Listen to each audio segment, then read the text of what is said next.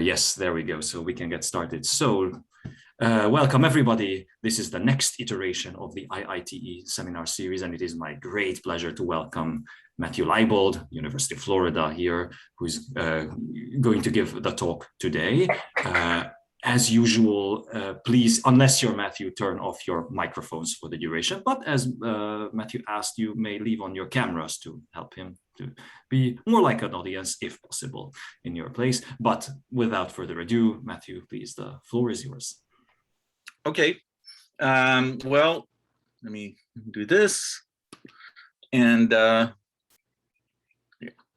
it's a really pretty great pleasure to have been invited to talk here, because I don't consider myself a real theoretician. I'm a conceptual theoretician.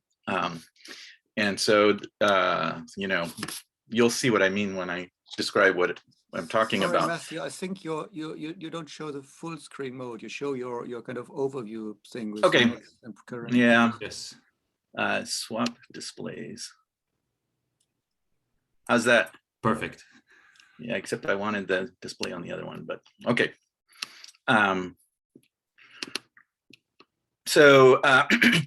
Anyway, I was asked to give a very short abstract, and so I did. And I was asked to give a short talk, so I hope to do that as well. And I'll be talking about linking process to pattern in community assembly, and in the context of metacommunities with lots of species. I still haven't mastered the art. Okay, so in case you don't know what metacommunities are, here's a very quick thing just to get us on the same page.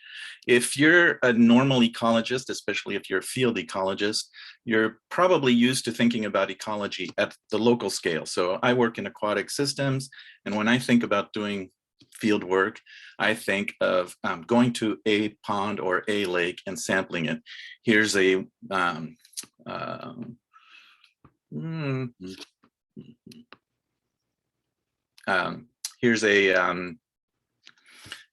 beautiful painting of the sort of picture that I like to think about when I'm in a pond. And this is where lots of the things that that drive our conceptual view of ecology occur. Lotka-Volterra equations going crazy, etc. Another perspective on ecology, though, comes from a more landscape perspective, and that's to look at ecosystems over, a really big scale. Maybe this goes back to Alexander von Humboldt or people like that. And I really like this picture because it's an aerial view of pothole ponds in Siberia. And it illustrates many other things about metacommunities that are interesting. One of them is that there's patches, and that they're just, in this case, they're distinct. It's interesting to think about more continuous landscapes, but since I study ponds, I'm happy with the discreteness of them. The other thing is that there's lots of variability. We can see that in the kinds of algal blooms that exist in here.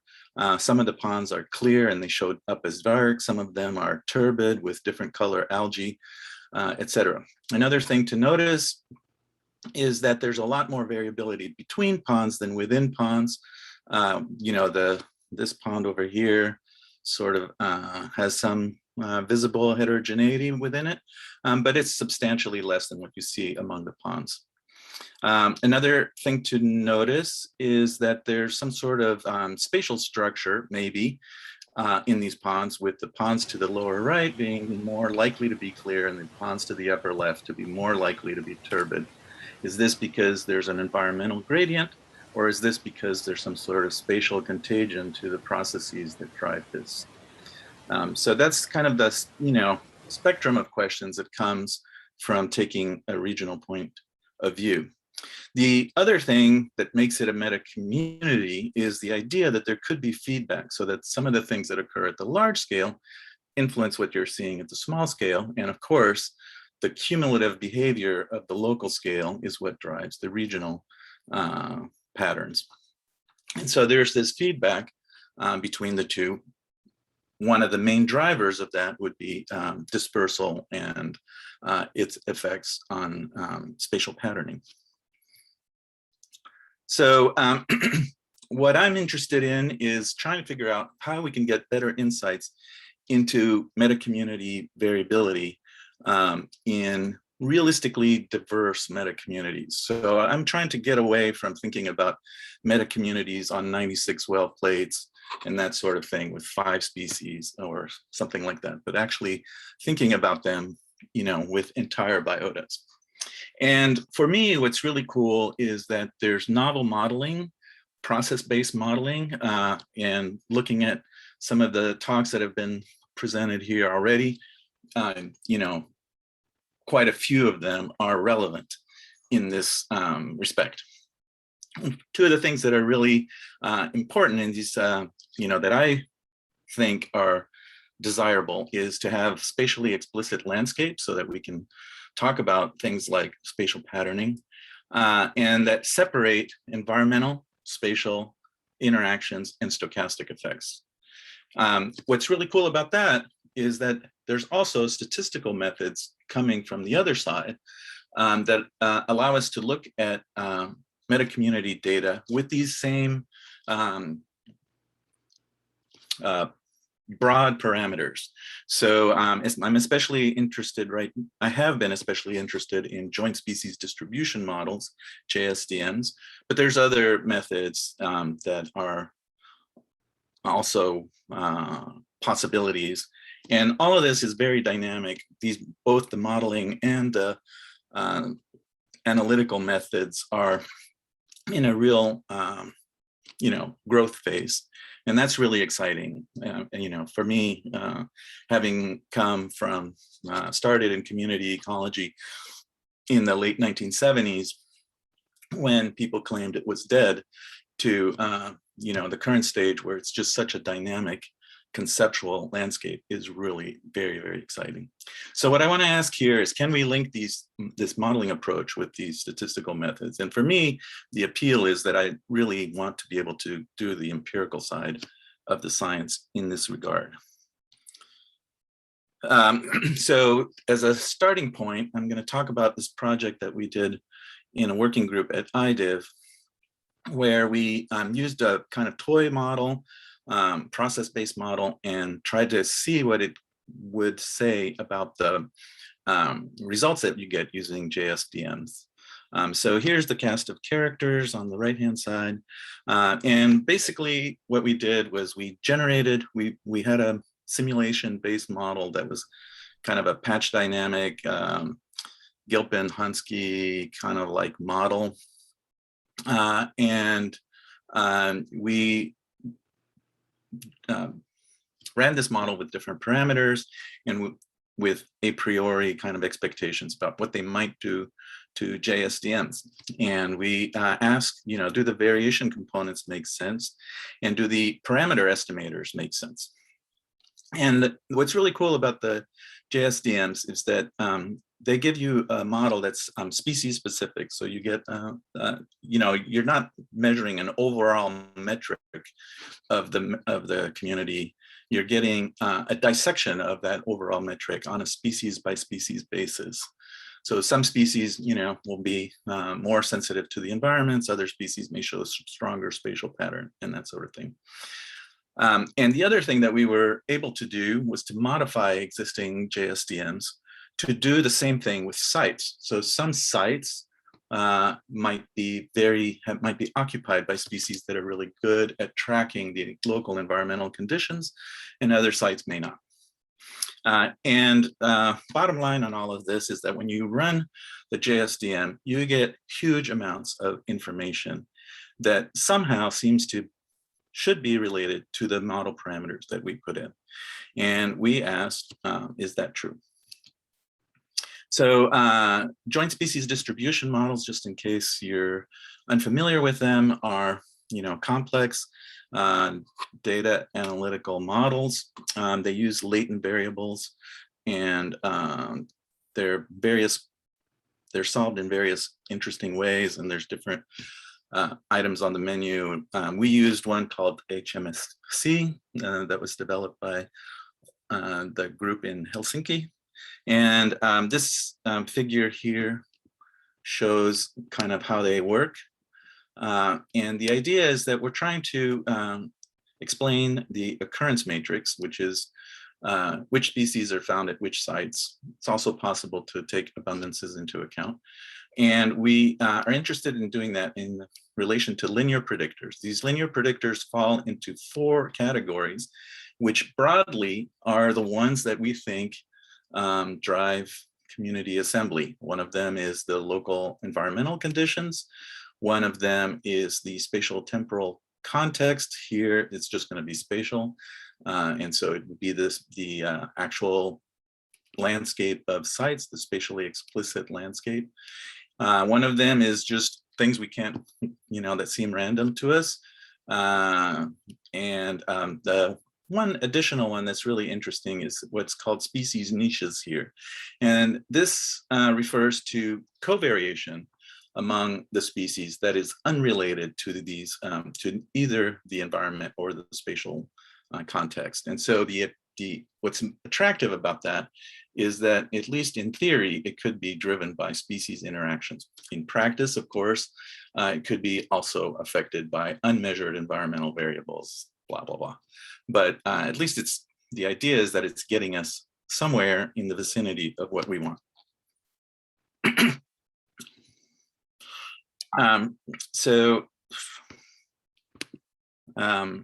So here's a diagram that kind of explains a little bit what we think of, and it's kind of historical. So we have, for the analysis of metacommunities, we can go way back and go to canonical correspondence analysis or those sorts of things. But starting in the 1990s, anyway, we can think of the old school variation partitioning, which looked at the total variation in community composition and explained some of it due to environment and some of it due to spatial patterning. With the JSDMs, we get this extra thing here. It's called I here, and some of the graphs I'm calling it C. I for interaction, C for co-distribution. And what we were interested in was trying to look at the species by species and site by site dissection of this variation. And to do that, we expressed it in these ternary plots. So basically each dot on this ternary plot is a different species. And some species, for example, this one here, are very good at tracking the local environmental conditions. Other species like this one or this one don't do it so well. Instead, these species might do other things. So this species, for example, shows a lot of spatial patterning that is unrelated to the distribution of other species or to the environment. And this species up here shows a distribution that doesn't have very much spatial structure, nor is it seem to be driven by environmental conditions. It seems to be driven by the distribution of other species. So, this is the sort of rich data that we can get from these JSDMs.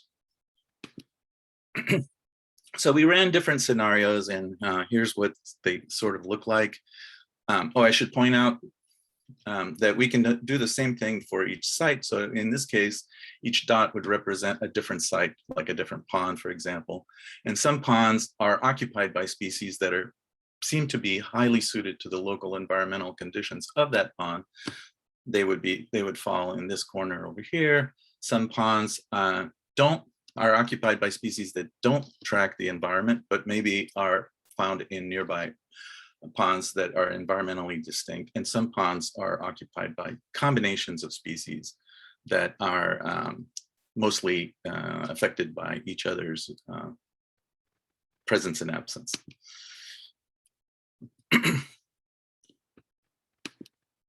So here's the kind of variation that we get.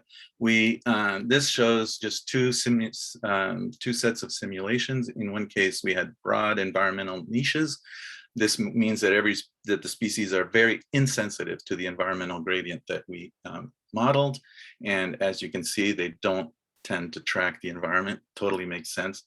But then they show a lot of heterogeneity, with some species showing strong spatial pattern and other species not showing any spatial patterning, but rather having their distributions in the landscape driven by their combinatorials with other species. In the narrow niches side of things, we also get, so here we would expect strong environmental tracking, and some species do, but some species don't. And we get this kind of broad distribution of species with this interesting heterogeneity in how they're responding to the landscape. So there's tons of things that are interesting in these analyses. One thing we were interested in especially was this co-distribution pattern. And so we can look at the parameters of that. And here's what we found. So the simulations that we used a very, very simple interaction matrix. It basically said that if we array the species in their in order of their environmental distribution on the single environmental variable that we included, we make the species that are next to each other compete strongly, and everybody else just ignores everybody else.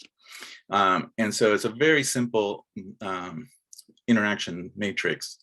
And if we look at the co-distribution matrix, so this is saying after we account for environment and space, what do what do these correlations look like? We find this interesting result. One interesting result is that the replicates are quite heterogeneous. So even though they have the same parameters driving the co-distribution, the same interactions, the matrix is quite different. On the other hand, they show some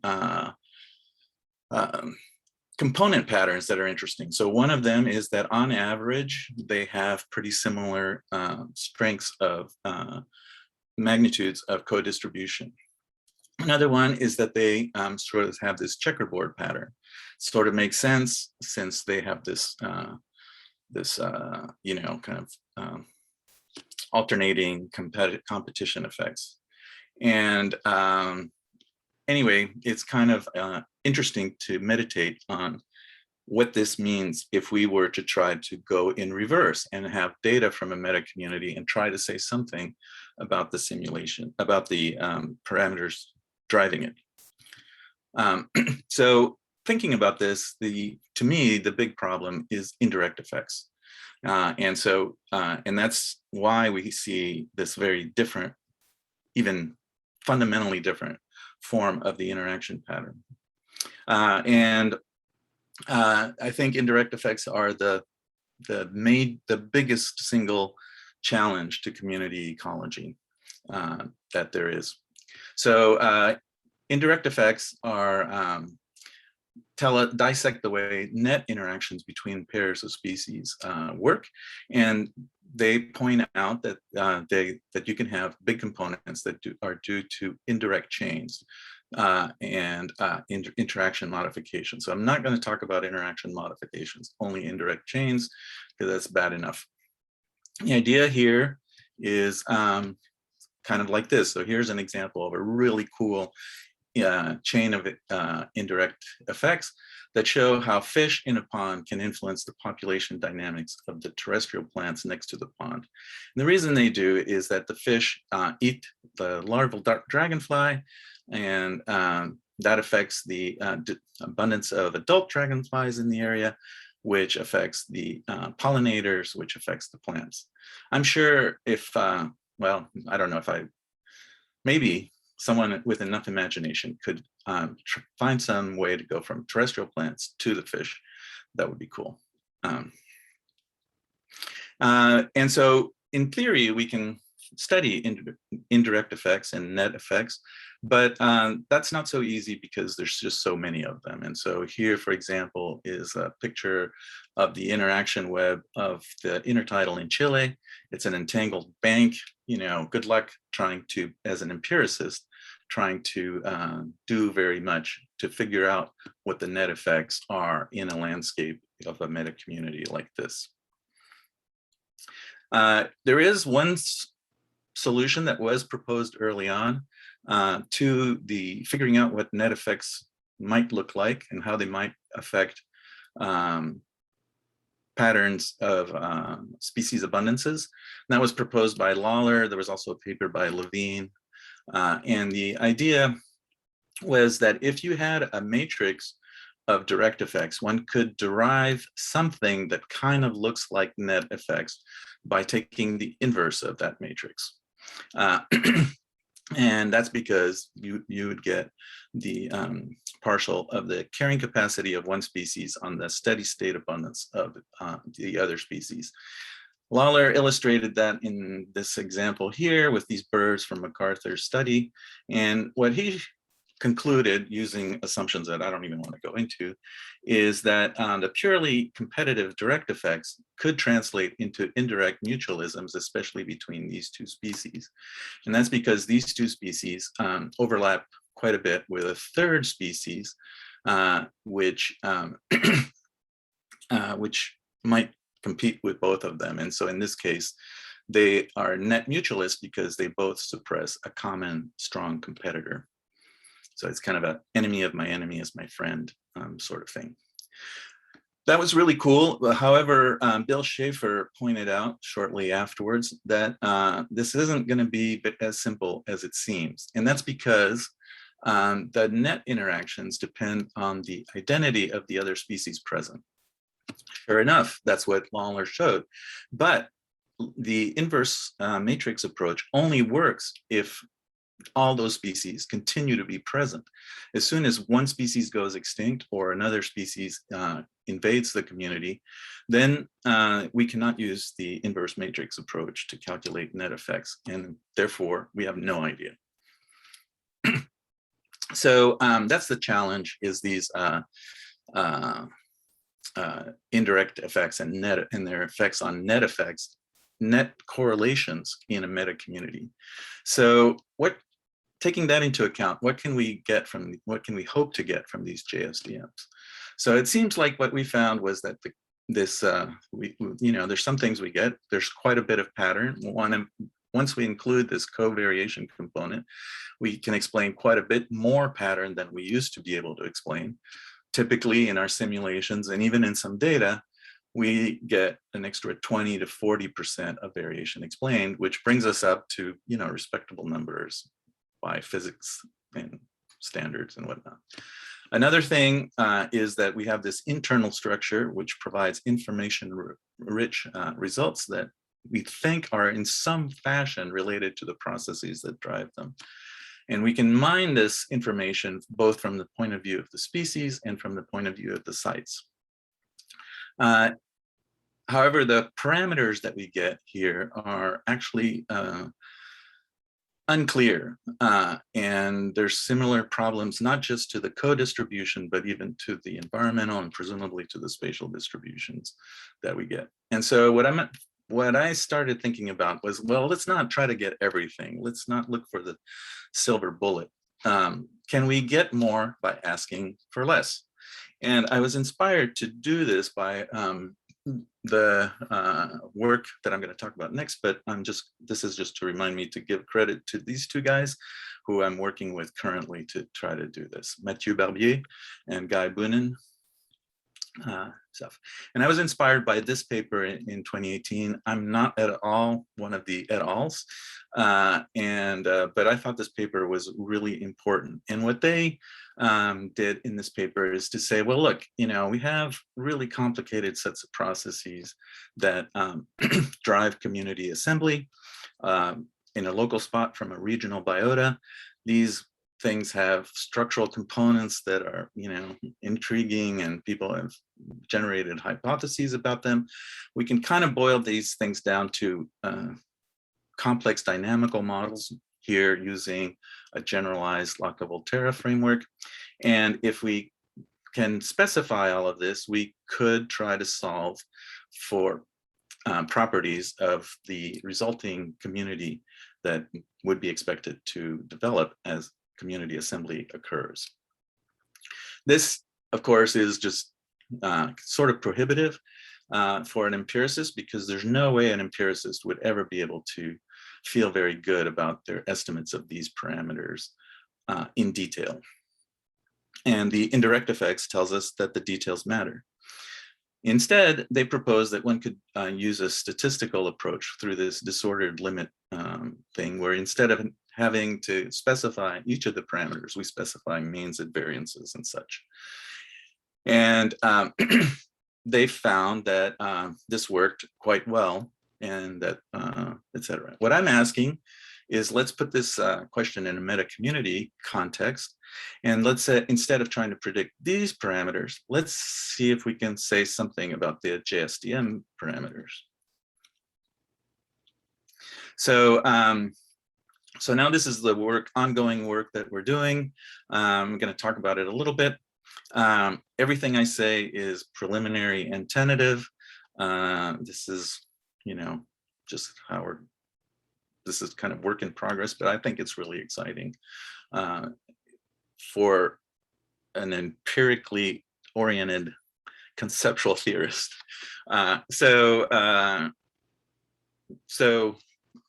we asked, if we know the environmental gradients and the species interactions, how well do the JSDMs do to explain the environmental filters? It seems like they don't do very well. Poggiato et al. Suspected that this was also proposed that this was the case. And we do the same thing to see if we can predict the co-distributions. And we find that if there are no extinctions in the meta-community across the landscape, then that seems to work quite well, as we might have expected from the work of Lawler. On the other hand, if that's not true, then we don't predict the parameters very well, but we ask if we can predict their statistical features. So here's the sort of scenarios we're doing. So here's a set of simulations with broad environment, species have broad environmental niches, so there are no strong gradients, and they have weak interactions. And here's a contrasting scenario with strong interactions and also higher dispersal. So the JSDMs, if we fit them, we find that we can compare the model, the parameter, which is the parameter values are in orange here, with the estimates from the JSDM in blue. And we find that if we have some small interactions and low dispersal, we don't get very good fits. Here's the correlation between predicted and observed. And you can see that, first of all, it's noisy, and secondly, it's biased. If we look at the environmental width, we find that it's not very well predicted at all. If we have stronger interactions and high dispersal, we get a better fit between the predicted and observed optima, but our environmental, the breadth of these curves is not well predicted. How about the biotic interactions part? So what we're interested in here is asking, can we use data on co-distributions to say something about the strength of species interactions? And when we have small interactions and low dispersal, this heat map here shows the covariation and the carrying capacities. This heat map shows the covariation in the steady state abundances. And the difference between these two is the effects of the species interactions. On the left here is the predicted pattern, on the right is the observed pattern. So in this case, you can see that this all works out just beautifully. And if we plot the predicted versus observed parameter estimates, we get this beautiful fit that's very satisfying. So that's great. However, if we have stronger interactions, and in the case when we have stronger interactions, we do have extinctions in the meta community and colonizations. Here's what we get. We sort of, this is the co-distribution of the covariance and the carrying capacities. This is in the abundances. You can see that it also has this kind of cross-hatched patterning. This is the deviation that we predicted, and this is the deviation that we observe. And they don't look too much like each other. And if we plot one against the other, it looks like this. So the question we want to ask then is, if we're going to take this kind of statistical perspective, is if we run different simulations like this, and we ask, what about the mean and the variance of the predicted versus observed? Can we rescue, can we find some predictive ability? And the answer seems to be yes. So here, what this shows is we did a bunch of different simulations with different amounts of dispersal, different mean interaction strength, etc. And if we plot the mean, the predicted mean against the observed mean, we find that we get a pretty satisfying prediction, correlation. The variance is a little bit less satisfying. Probably some of this is statistical, since the variance is not necessarily homeoscedastic, and like maybe there's something wrong with this simulation here. I'm just kidding, but it's, at least at this point, it seems to be like a promising thing.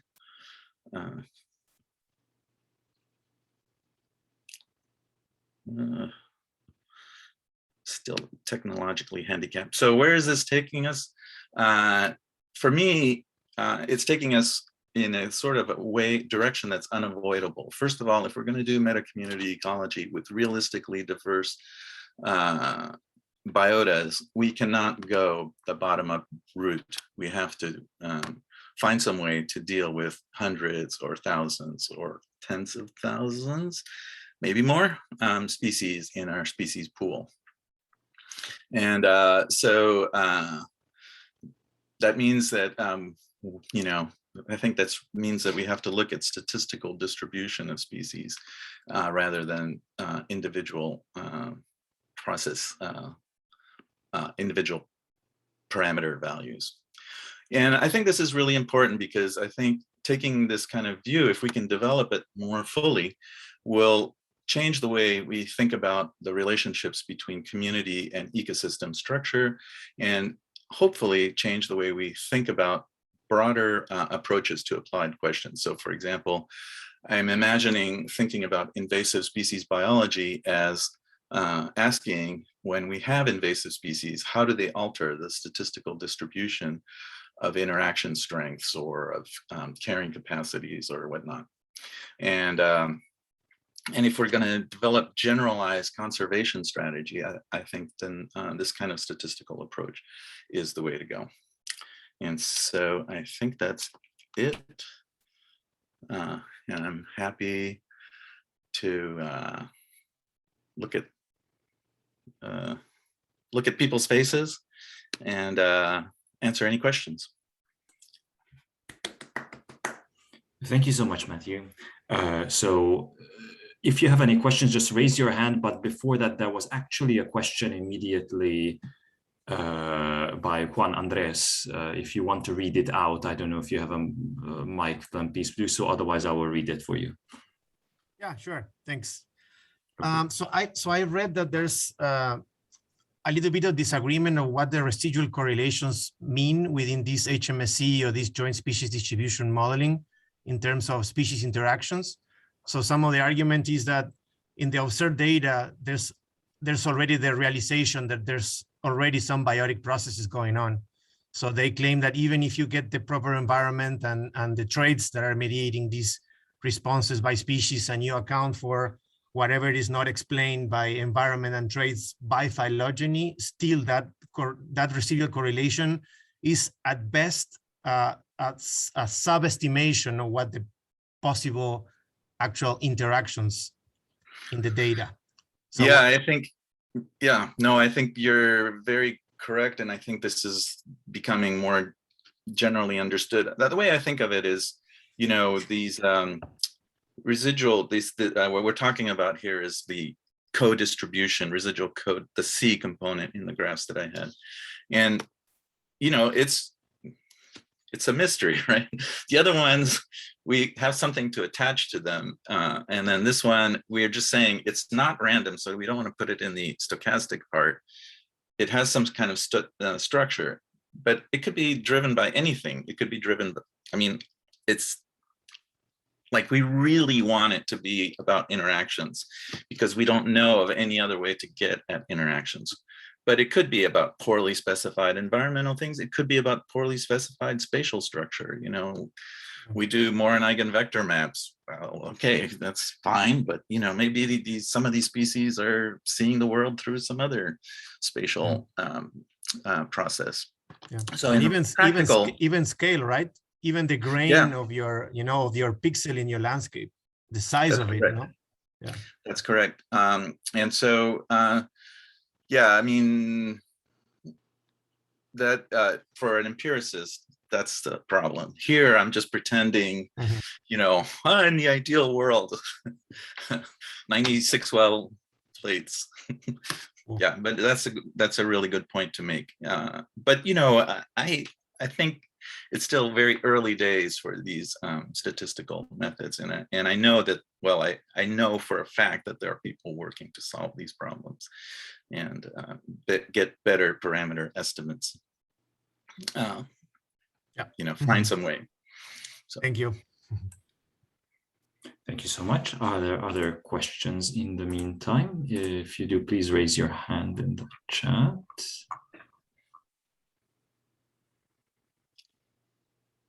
So I've got a question. Am I crazy to think that this is a direction that can be profitable?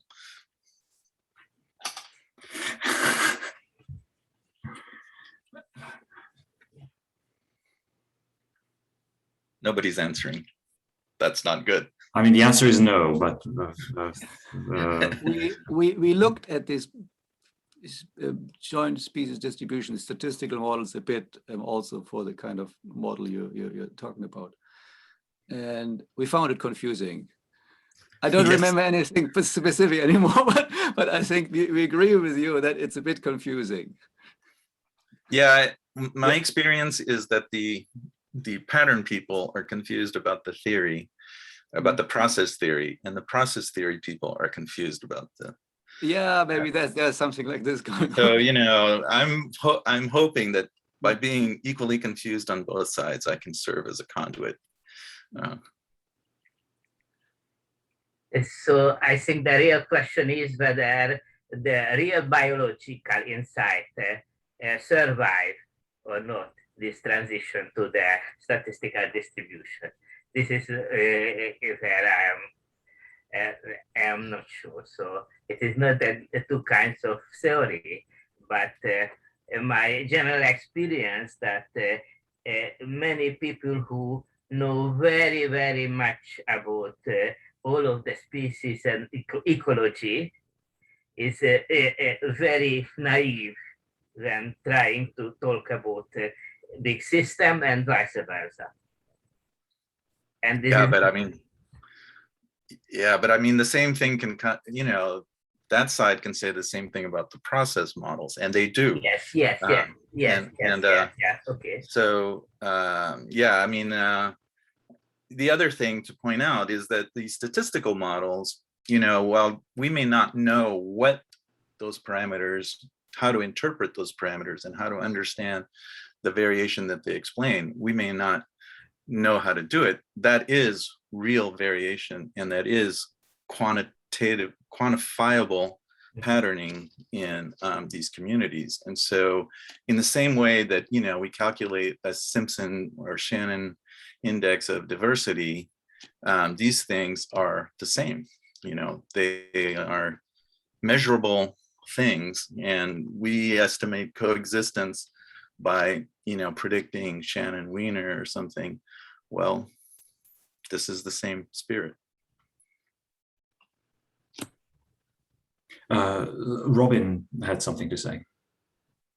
Not in this area at all, but since you asked, Matt, the part where I'm most at sea is trying to get from what looks like a description of a meta community to your applied questions of how badly is this going to be messed up by an invasive species. And there you're asking about potentially ecosystem services or some effect of dynamics. And that link is super unclear to me. It is to me too, but that's why I'm tossing it out. Because it's the interesting question, right? And I don't know of any other way to do it except piecemeal. The only other approaches that I can think of are this particular species, this particular invasive species, and this particular biocontrol agent will do this to the ecosystem. And and all of that is assuming nothing, no new invasives or no extinctions of the local biota or anything. And so, what I'm trying to point at is not that it's clear what the answer is, but that maybe there's an answer worth investigating. I don't work on this problem. It's way too hard for me. I'm going to retire before I work on this problem. Right. I'm just putting it out there. Thank you. I think Andres had another question. Oh yeah, thanks. Yeah, so you mentioned about silver bullets, and I wanted to pick on that because there seems that there's this thinking that these model-based approaches are going to completely override more classical approaches to communities. So thinking about the dissimilarity-based methods, for example. So I've seen criticism about this variance partitioning thing. So if you want to infer process and look and think about niche-based or neutral-based, often we look at if it's an environment or environment plus space, or if it's space that is driving the observed communities. That is so prevalent in the literature. And however, I've seen criticisms of it. And I mean, I do macroecology. I have very broad site-by-species matrices that I'm really interested in looking at metacommunity theory and scale. But there's so many methods out there right now. And so should I even bother trying to go the variance partitioning way, or should I just be immersed in this HMSE and developments, or I don't know. Do you have any advice? Is it clear cut that the numerical ecology way of thinking it's done, and we are now going through HMSE and these Bayesian complex methods at all? I'm a student. I'm surfing the new developments and try to be well read and everything, but it's so overwhelming. I don't know what even to do with my analysis. Yeah, I understand. I was okay. There. I'm still there, but here's my answer, which is that what's really cool about these JSDMs is the species by species. So if you do beta diversity, you're just getting an overall, metric, right? On average, over the meta community, over all the species in this landscape, over all the patches, we have some kind of partitioning mean and variance in the beta diversity. But, what's really cool here is you have you can identify species that show a strong pattern that could be quite distinct from another species. So if we go to those ternary plots, I think of the variation partitioning or the beta diversity approaches as largely being what is the mean of that, what is the mean value in that ternary plot, without thinking very much about the species by species component or the site by site component. And so for me, that's what really makes it different. Yeah. Not sure if that helps. Yeah. What I'm thinking, I should say that if you're going to work with HMSE, be prepared to invest some time. Yeah, I've taken Otto's course. I mean, I think, the traditional methods seem more like an omnibus approach. And if the signal is big enough, you should capture it and both should converge, right? that's what one should hope. But the other one, you can get more nuisance, but still are harder to interpret. You know, how do you get better diversity from the coefficients that the models gives you? You know, and the nestedness versus the turnover component. So is that there's so much development to be done to even to merge those different school of methods that actually are trying to answer the same thing, right? They should converge if the signal is strong in a way. I don't know. Yeah. Thanks for your thought. This is kind of, it's fascinating and mind-blowing at the same time. Thank you. Yeah, Axel, please go ahead. I have a rather technical question about this, the coupled metacommunity, the Lotka-Volterra metacommunity modeling. So you said that as you make interactions stronger, things become more difficult to predict, and that's kind of great with my expectation. But I was wondering, where exactly are you in parameter space? So you can be somewhere where the local communities are not saturated, then you can be somewhere where maybe the local, but global is not, the region is not saturated yet. You may have turnover dynamics, you may not have turnover dynamics. You may have locally total turnover or just a little bit of turnover. And so where can you localize this somehow where you're working? I don't think I have a very, you know, this is work that we're doing in progress. And it's clear that there's an interaction between the dispersal component and the strength of interaction components. And so, you know, the answer, where are you in parameter space, is now two-dimensional instead of one-dimensional. And so, yeah, I mean, I think it's going to be rather complicated. The simulations that are done with weak interactions and low dispersal are, you know, in the parameter domain of single attractors, that sort of, you know, domain. The other ones are not, but I don't think they're as strong as, for example, Guy's high turnover,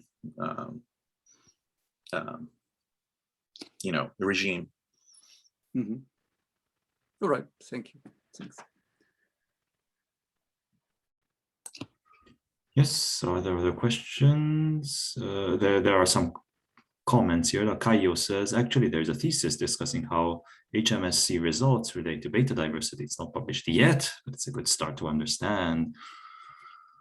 Yeah, and if there's a link, I don't know if there is, but there was a request for that. Anywho, that is good, but are there any other questions?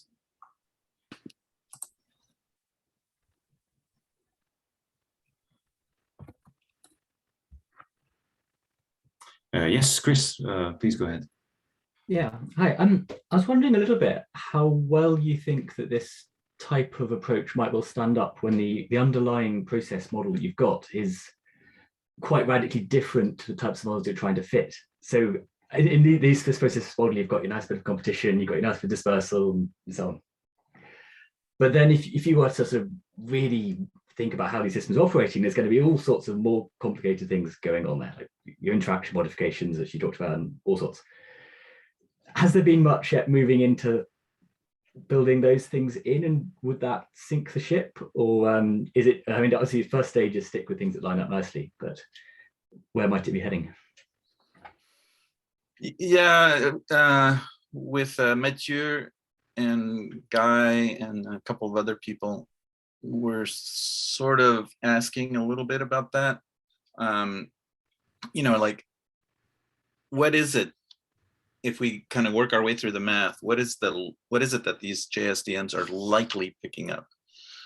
And how do they compare to the processes that we are modeling to try to get them? And we find that there's some issues there. So it's just as you suspected, that, you know, there's not a good conception, there's not a precise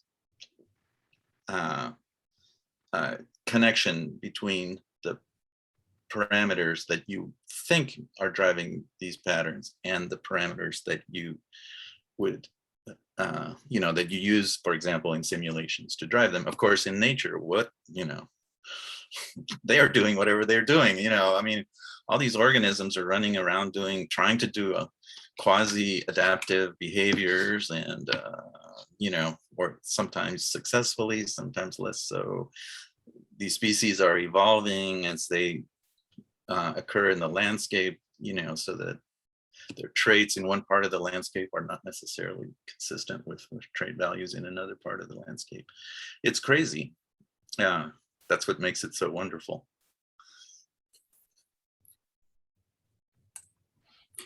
Thank you so much. Are there any other questions?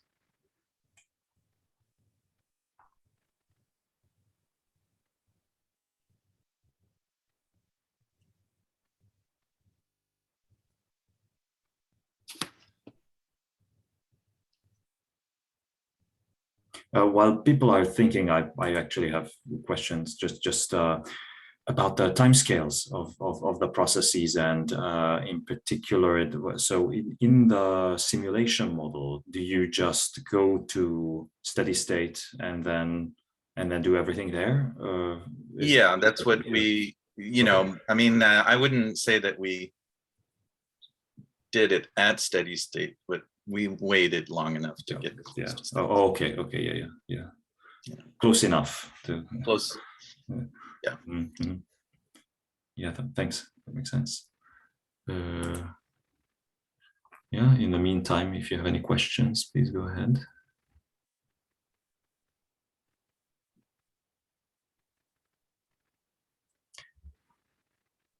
Okay, while people are thinking, then I'll ask something else as well, which is that let's take the best case scenario. We have no species turnover, so we just have a closed community and we can rely on the inverse method.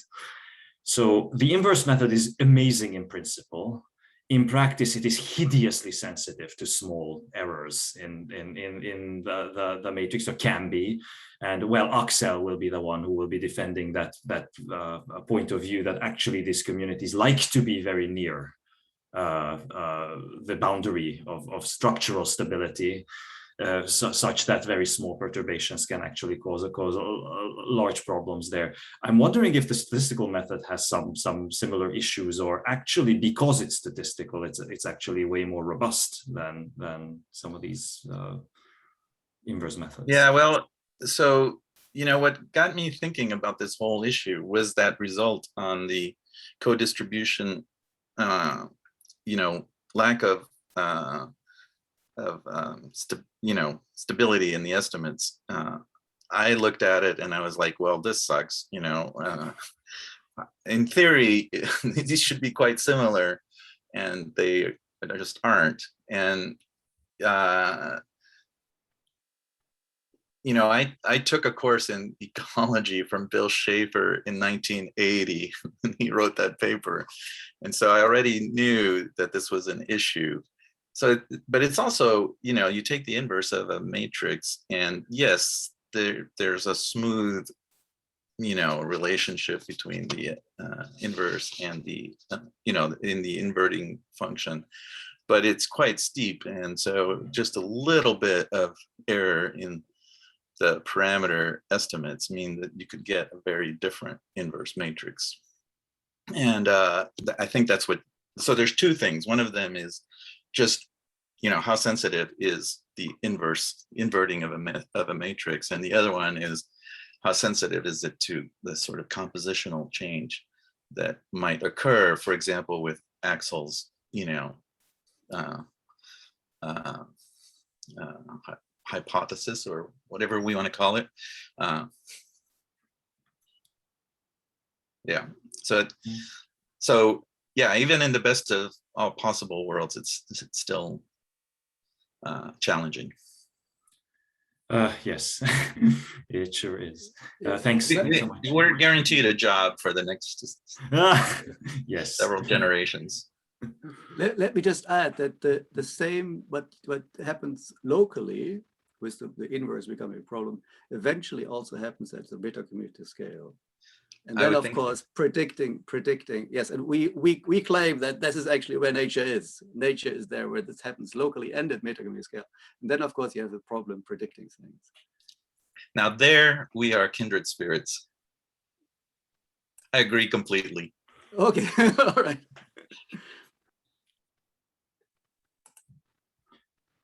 Yes, any more questions?